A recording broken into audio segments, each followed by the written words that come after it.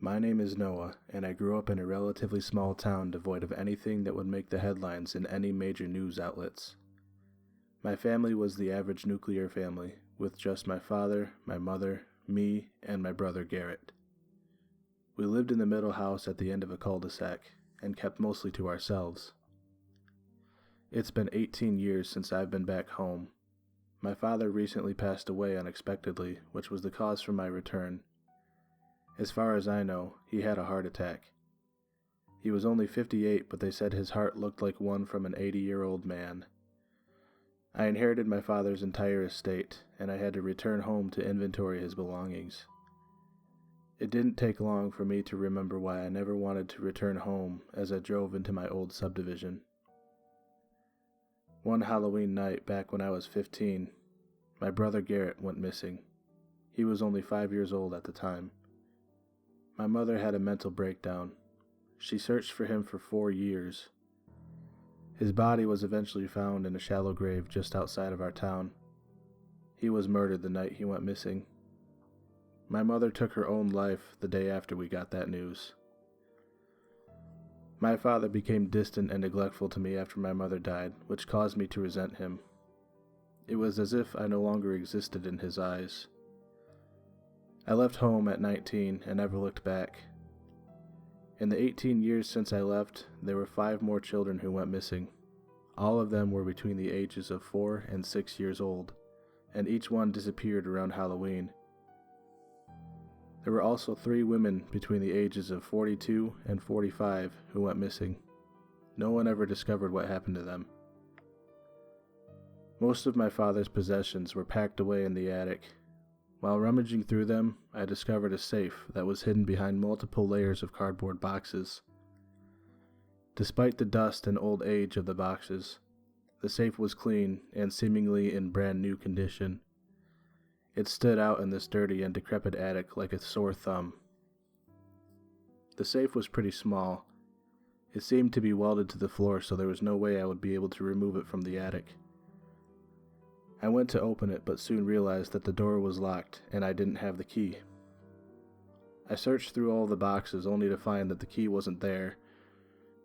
I did, however, find old local newspaper clippings with headlines about the missing women and children. The latest one was dated October 21st, 2022.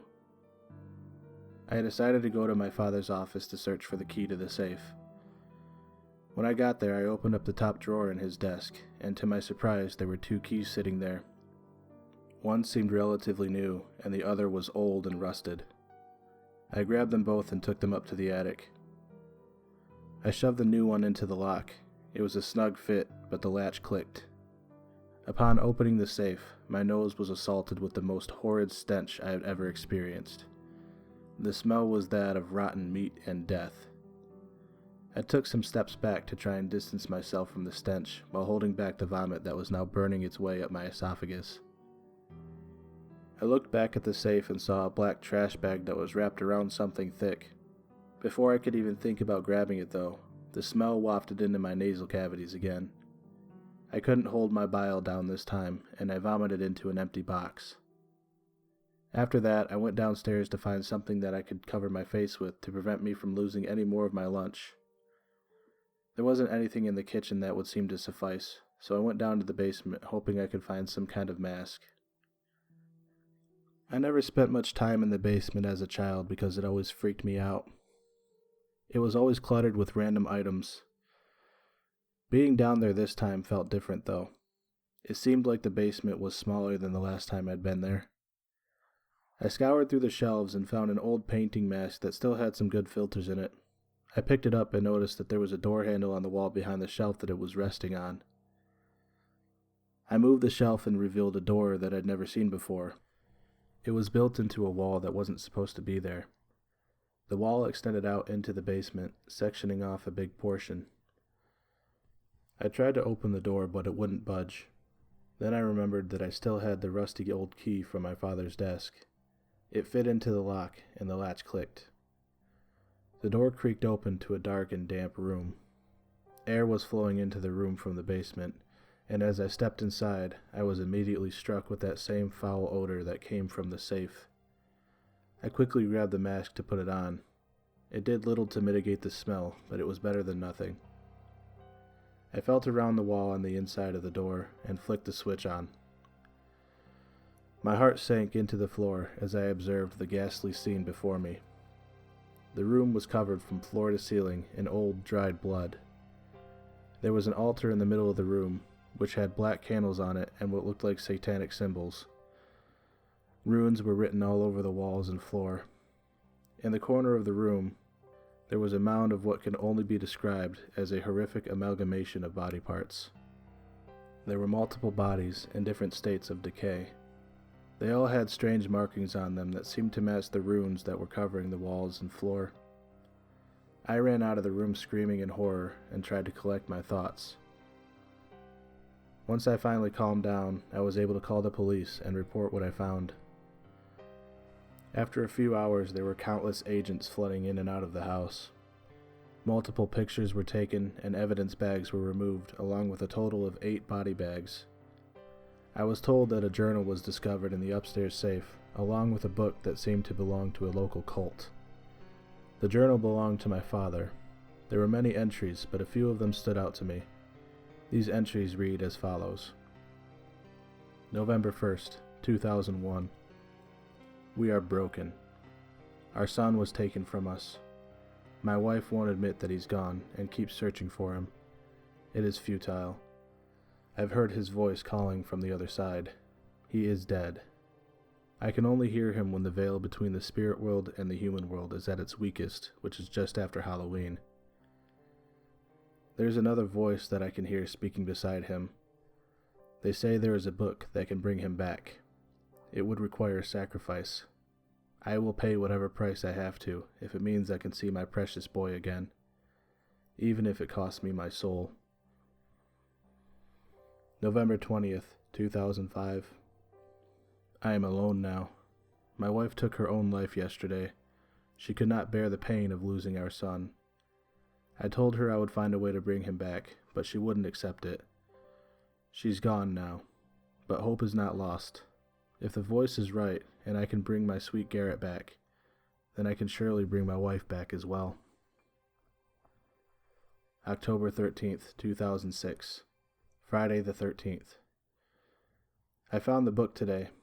It is grotesque and reeks of death, but the pages have what I need. The voice taught me how to understand them. A life for a life. That is the cost. I have 2 weeks to perform the ritual. Their souls will inhabit the sacrificed bodies. They will be mine again. November 1st, 2022. I have performed the ritual 5 times. The voice keeps calling for more. I have robbed others of their loved ones. I have killed. The voice keeps asking for more. I am old. I have aged 40 years in the span of 20. These rituals are killing me. I can feel it. I hear my wife and my sweet Garrett calling to me. I will join them soon. There is no need for more rituals. The voice is angry. It wants more. It wants more. It wants more. It wants more. The rest is the incoherent babbling of a raging madman. This whole thing feels like a nightmare.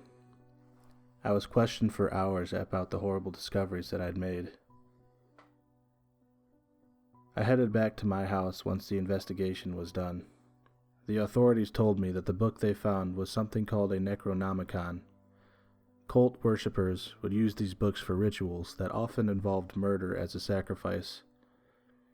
They asked me what I wanted to do with it since it was now in my possession. I collected it from their evidence locker and burned it. I buried its ashes in 7 different locations and covered each site in holy water. I tried to go to sleep that night, but the images of those bodies that were just tossed aside like a failed experiment were burned into my mind.